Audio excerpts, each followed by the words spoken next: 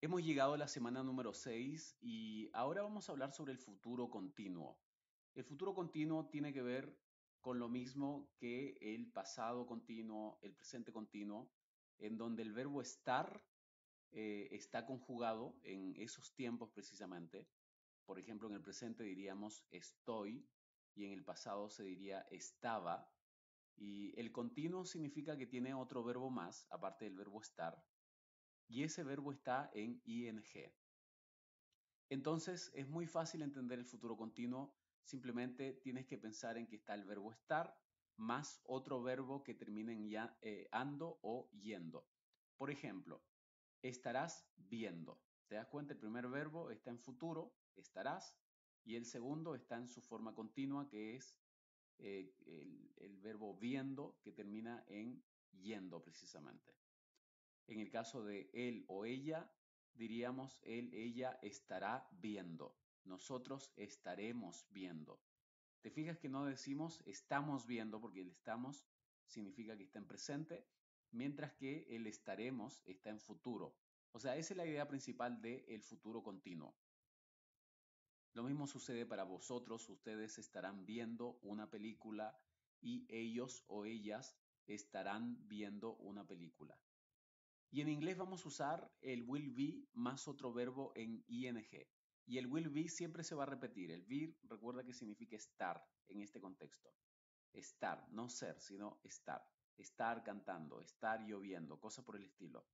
Entonces, por ejemplo, acá en estas oraciones se diría I will be playing. Te das cuenta que todos los pronombres tienen la misma estructura, no hay ningún cambio. Diríamos I will be playing, que significa yo estaré jugando. I will be playing, he will be playing, she will be playing, we will be playing, you will be playing y they will be playing. Y también el will lo puedes contraer simplemente eliminando el we, la W y la I y poniendo una comilla antes de la doble L. Por ejemplo, puedes decir I'll be playing y esto se pronuncia como I'll. I'll o he'll be playing, she'll be playing, will be playing, you'll be playing, they'll be playing. ¿Se entiende? Y acá, por cierto, donde decimos play, ahí termina con una I, play, y luego tenemos otra I más, play in, playing.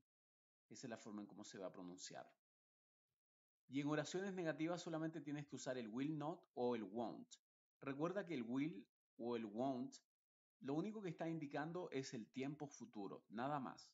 Está indicando el futuro del verbo, que en este caso el verbo es estar y el futuro se diría estaré o estarás o él estará, nosotros estaremos y cosas por el estilo. Entonces cuando traduzcas no pienses que el will o el won't se tienen que traducir de forma independiente, sino que son parte del verbo en sí.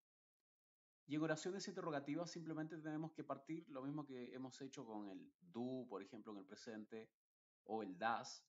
Partimos con ese verbo auxiliar, se llama, que en este caso es el will, o el won't, si es la versión negativa. Partimos con el will o el won't y luego continuamos con el pronombre. Es decir, simplemente se cambia de posición el I, se viene después del won't.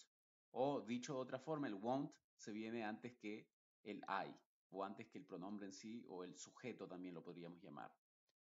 Pero ¿cómo se va a traducir?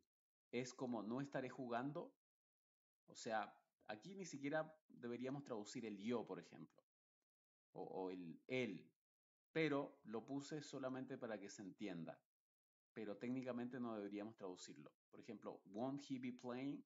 No estará jugando, no nos estamos refiriendo a él. No estará jugando él o no él estará jugando, pero aunque suena rara esa oración en realidad. Pero esa es la forma en cómo tú tienes que traducir este won't en una pregunta o el will, que recuerda que no significan nada, excepto que el won't significa que la oración o el verbo está de forma, tienes que ponerle en negativo a ese verbo, pero en sí no significa nada excepto que es el tiempo futuro, nada más. Así que sabiendo tú traducir estas oraciones, vas a poder traducir las demás que te dejo acá abajo. Haz tu traducción. Por ejemplo, el primero acá donde dice I will be studying for my exam tomorrow, se va a traducir como yo estaré estudiando para mi examen mañana. ¿Te das cuenta? Entonces, esa es la forma en cómo tienes que traducir las siguientes oraciones y te invito a que des clic acá en este link, se va a abrir un Google Docs y ahí vas a poder traducir.